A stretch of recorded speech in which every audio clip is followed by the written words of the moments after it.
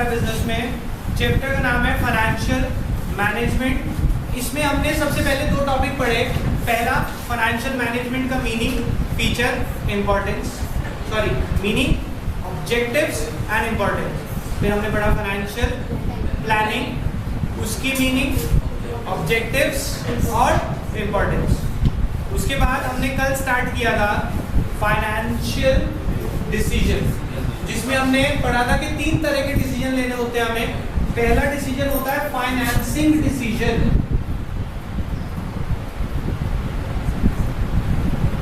दूसरा investment decision और तीसरा डिविडेंड डिसीजन। अगर हम बात करें फाइनेंसिंग डिसीजन की,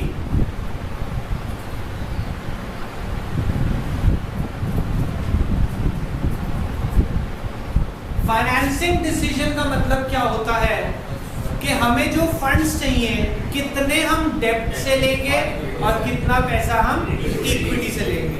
फिर दूसरी लाइन में लिखा है they both help in deciding what will be the cost of funds and risk. हमें ये डिसीजन लेना होता है कि हम पैसा डेब्ट से लें या इक्विटी, हाउ मच फ्रॉम डेब्ट and how much from equity, and they help in determining 2 things, risk and cost. और हमने जब पढ़ा डेब्ट और इक्विटी में रिस्की कौन सा होता है? डेब्ट are risky, equity is costly. ठीक है। फिर मैंने आपसे पूछा, हमने वहां पढ़ा भी कि डेब्ट जो है कॉस्टली ज्यादा होते हैं कम। Which of the following is less costly? आपने खुद ही बता दिया डेब्ट। क्वेश्चन आता है व्हाई। 2 बातें बताएं ऐसा क्यों है। पहला, lenders risk is less than the share holder risk. समझ रहे हैं क्यों? क्योंकि जब आप पैसे देते तो आपको इंटरेस्ट मिलना ही मिलना। दूसरा, it is a interest on डेब्ट is a tax deductible expense. दूसरा मैं कहता हूं which of the following is less risky? Equity. It means debts are more risky. Why? Because interest on debt and principal, interest on debt and principal is a obligatory payment to be made by the company. Obligation है कि देना ही पड़ेगा। Failure to pay will leads to winding up of the company. Company बंद हो सकती है या liquidate हो सकती है। समझ आ गई बात? वाइंडिंग अप या लिक्विडेशन दोनों में से कोई वर्ड यूज कर लेना। क्लियर हो गई बात? ठीक है, आगे चलते हैं। What are the factors affecting financing decisions? बेटा ध्यान से समझना, बहुत लॉजिकल टॉपिक है। आपको सिर्फ हेडिंग याद करनी पड़ेगी इसकी, अगर टॉपिक समझ आ गया। और पेपर में जो क्वेश्चन आएगा वो ऐसा ही क्वेश्चन आएगा, identify the financial decision talked about in the above case. पहले फाइनेंशियल डिसीजन आइडेंटिफाई करेंगे, वो फाइनेंसिंग है, इन्वेस्टिंग है, डिविडेंड है। और फिर कहेंगे also explain the factor affecting such decision, क्योंकि हर एक के फैक्टर है। हम अभी पढ़ रहे हैं किसके फैक्टर? फाइनेंसिंग डिसीजन को इफेक्ट करने वाले फैक्टर। अब फाइनेंसिंग डिसीजन में हमें क्या डिसीजन लेना है कि पैसा डेब्ट से ले या पैसा इक्विटी से ले। कुछ फैक्टर कहेंगे डेब्ट इज बेटर, कुछ फैक्टर कहेंगे इक्विटी इज बेटर। तो ये टॉपिक है, समझ आया? तो पहला factor cash flow position of the company. बेटा बताएं, अगर आपके बिजनेस की कैश फ्लो पोजीशन अच्छी है, कैश फ्लो पोजीशन क्या है? अच्छी है, तो आप पैसा डेब्ट से लेंगे या इक्विटी से लेंगे? डेब्ट से। बाय डेब्ट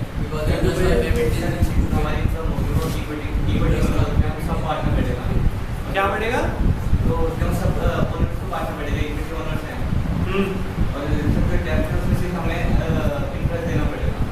देखो मैं आपको सिंपल सा लॉजिक देता हूँ, बहुत ज़्यादा कॉम्प्लिकेट कर दिया आपने, आप उसे एक्सप्लेन भी नहीं कर पाएंगे। एज सिंपल एज दैट कहना, क्या लिखेंगे आप यहाँ पे? If cash flow position of a company is good, then the company can easily pay off the interest easily pay कर पाएंगे, which is the risk in डेब्ट, जो डेब्ट में रिस्क था, एंड वी नो डेब्ट इज लेस कॉस्टली। रिस्क खत्म हो गया जो इंटरेस्ट का था, और लेस कॉस्टली डेब्ट ही होते हैं, देयरफॉर डेब्ट इज बेटर। समझ पा रहे हैं? लॉजिक ये है, उन्होंने कोई लॉजिक नहीं दिया।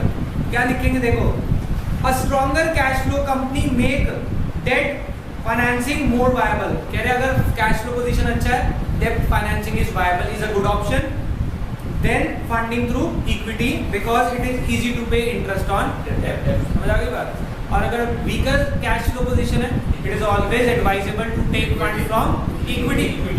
प्रॉब्लम नहीं है कोई? चले आगे नेक्स्ट। ये तो आप पूरी बता देंगे। कॉस्ट के हिसाब से अगर आप सोचने लगे तो कौन सा बेटर है? बिकॉज इट इज बाय दो रीजन, टैक्स डिडक्टेबल और दूसरा centre risk is less than the share holder. अगर हम बात करें risk wise which is better, तो भैया इक्विटी बिकॉज ऑन डेब्ट we compulsorily have to pay interest and principal. ठीक है, अगर नहीं दिया तो वाइंड अप हो सकता है। Level of fixed operating cost, yes इधर देखिए मैंने ये दोनों पढ़ाए भी नहीं, आप इसका वो जो लॉजिक आपको आता है वही लिख सकते हैं। ठीक है, level of fixed operating cost. बेटा ऑपरेटिंग कॉस्ट क्या होती है पता है आपको? किसी भी चीज को ऑपरेट करने में कितना खर्चा होता है। अगर मैं अपना बिजनेस की बात करूं, कोई भी बिजनेस हो, मेरा जो बिजनेस है उसमें अगर मेरी ऑपरेटिंग कॉस्ट यानी कि इस इंस्टीट्यूट को रन करने की कॉस्ट बहुत ज़्यादा है और मुझे फंड्स की ज़रूरत है इमरजेंसी में, तो मैं वो पैसा डेब्ट से अरेंज करूं या अपना पैसा अरेंज करूं? क्या बेटर रहेगा? मेरी ऑपरेटिंग कॉस्ट यानी कि मेरे को रेंट, इलेक्ट्रिसिटी ये सब बहुत महंगा पड़ता है ऑलरेडी, इक्विटी, तो मुझे पैसा डेब्ट से लेना चाहिए और या इक्विटी से? क्यों? क्योंकि भैया डेब्ट से लेंगे तो इंटरेस्ट देना पड़ेगा ना। यस, ऑलरेडी मेरे पास ऑपरेटिंग कॉस्ट हाई है, लोन लेते ही मेरा इंटरेस्ट बर्डन और बढ़ जाएगा, तो मैं ऑपरेटिंग कॉस्ट बेयर नहीं कर पाऊंगा। देखो क्या लिखते हैं, if business has a high fixed operating cost that is high business risk, it can assume lower risk. कह रहे पहली हाई रिस्क है तो आगे और जो रिस्क लेंगे वो कम लेंगे। देयरफॉर लोअर डेब्ट financing is better in this situation. तो डेब्ट से जो पैसा है वो कम ले। Lower date financing is a better situation. On the other hand more of date financing is preferred if operating cost is less. अगर मेरी ऑपरेटिंग कॉस्ट यानी कि किराया बिल्कुल ना के बराबर जाता है और मुझे पैसों की जरूरत पड़े तो मैं पैसा कहाँ से ले लूँ? डेब्ट से ले लूँ, क्योंकि मेरा रूटीन का खर्चा है नहीं। क्या करना है पे? सिर्फ इंटरेस्ट, वो इजीली कर दूँ। क्लियर हो गई बात? Next, flotation cost. बेटा पहले तो फ्लोटेशन कॉस्ट का मतलब समझना और फिर बताना कि अगर फ्लोटेशन कॉस्ट ज़्यादा है तो हमें किससे पैसा लेना चाहिए। फ्लोटेशन कॉस्ट का मतलब होता है कॉस्ट ऑफ रेजिंग फंड्स। जब मैं पैसा अरेंज कर रहा हूँ, जैसे कि अगर मुझे इक्विटी से पैसा लेना है तो इक्विटी से पैसा लेने के लिए मुझे प्रोस्पेक्टस इशू करना पड़ेगा, एडवर्टीजमेंट करना पड़ेगा, लोगों को अप्लाई करने के लिए मोटिवेट करना पड़ेगा। अगर ये खर्चे बहुत ज़्यादा है, अच्छा कमीशन भी देनी पड़ेगी इंटरमीडियरीज को, ब्रोकरेज। अगर ये खर्चा ज़्यादा है तो मुझे पैसा इक्विटी से लेना चाहिए या डेब्ट से? क्योंकि इक्विटी से इशू करने में बहुत खर्चा हो जा रहा है, तो गो फॉर डेब्ट। डेब्ट is a better funding option. देखो क्या लिखते हैं इन्होंने, मतलब इसका सोल्यूशन नहीं दिया, सिर्फ ये बता दिया cost of raising fund is called flotation cost. Issue of equity share involve cost of advertising, printing prospectus, etc. Hence, debt financing is better in this situation. समझ आ गई बात? क्योंकि बहुत महंगा पड़ेगा तो हमें क्या यूज करना चाहिए? डेब्ट फाइनेंसिंग। Next, control consideration. बेटा ध्यान से समझेंगे, कंट्रोल कंसिडरेशन का मतलब क्या है? एक एग्जाम्पल के थ्रू बताता हूँ। कंपनी को कंट्रोल कौन करता है बेटा? इक्विटी वाले या डेब्ट वाले? इक्विटी वाले। डेब्ट वालों ने तो सिर्फ लोन दिया हुआ, इंटरेस्ट लेंगे, कंट्रोल तो होता नहीं उनके पास कुछ। अगर आपको कंट्रोल के ऊपर डाउट है तो आपको पैसा डेब्ट से लेना चाहिए इक्विटी से?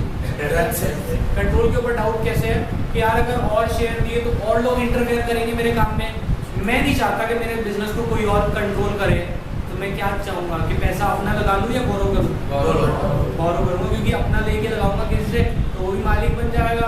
पहले ही दिक्कत आ रही है। तो अगर आपको कंट्रोल के ऊपर डाउट है, गो फॉर डेब्ट फाइनेंसिंग। पढ़ते हैं, डेब्ट normally does not cause dilution of control. Dilution का मतलब क्या होता है? डाइल्यूट होना, खत्म होना। कह रहे डेब्ट से आपका कंट्रोल खत्म नहीं होता। Does not cause a dilution of control, while issue of equity share may reduce the management control over business. कह रहे पर अगर आप किसकी बात करें, यस इक्विटी की, तो उससे आपका कंट्रोल खत्म हो सकता है. ठीक है, therefore debt financing is better. Last point, state of capital market. ये क्या है? State of capital market मतलब शेयर मार्केट. ठीक है, हमारी जो शेयर मार्केट है वो ऐसे चलती है कुछ, मैंने आपको पहले बहुत बार बता दिया. Boom, recession, depression, recovery, boom. Boom का मतलब क्या होता है? जब मार्केट पीक पे चल रही है. रिसेशन जब डूब रही है, डिप्रेशन डूब गई, रिकवरी और फिर बूम. समझ रहे हैं? अगर मार्केट बूम पे है, जैसे आज की बात करें, current market is at boom, बहुत ऊपर चल रही है शेयर मार्केट. अगर इस टाइम पे किसी कंपनी को पैसा चाहिए तो वो पैसा लोन पे नहीं लेती, किसके लेगी? शेयर बेचेगी. पता है क्यों? क्योंकि मार्केट हाई रेट पे है, बहुत महंगे बिकेंगे शेयर और बहुत सारे लोग इन्वेस्ट करने को रेडी है, तो आपको पैसा इजीली मिल जाएगा. वो फॉर इक्विटी. बट अगर इकोनॉमी डिप्रेशन मोड पे चल रही है, डूब चुकी है, इक्विटी मत बेचना क्योंकि बहुत सस्ता बिकने वाला है. ठीक है, तो इसीलिए कंट्रोल की बात नहीं कर रहे, जब एक पॉइंट सोचेंगे तो उसी के बाद. तो मार्केट अगर डिप्रेशन मोड में है तो आप कभी भी इक्विटी इशू ना करें. डेब्ट फाइनेंसिंग इज बेटर. तो देखो क्या लिखते हैं, during the period when stock market is rising more people are ready to invest in the equity. However depressed market may make equity share issue difficult for the company. कह रहे उस time पे equity issue difficult हो जाएगा तो वो मत करना. समझ आ गई बात? तो हमारे ये 7 फैक्टर्स हैं जो हमारे फाइनेंसिंग डिसीजन को इफेक्ट करते हैं. तो बहुत सिंपल से हैं, आप इसे याद कर लेंगे. कैश फ्लो, बाकी दोनों यही से आ रहे हैं. ठीक है, level of fixed operating cost, flotation cost, control consideration and state of capital market. इसकी शॉर्ट फॉर्म नहीं बनाएंगे क्योंकि ये फिर बाद में कंफ्यूज करेंगे आपको. बाकी अगर आप बनाना चाहें तो आप बना सकते हैं. बाकी करते हैं नेक्स्ट क्लास में. अभी के लिए बाय बाय.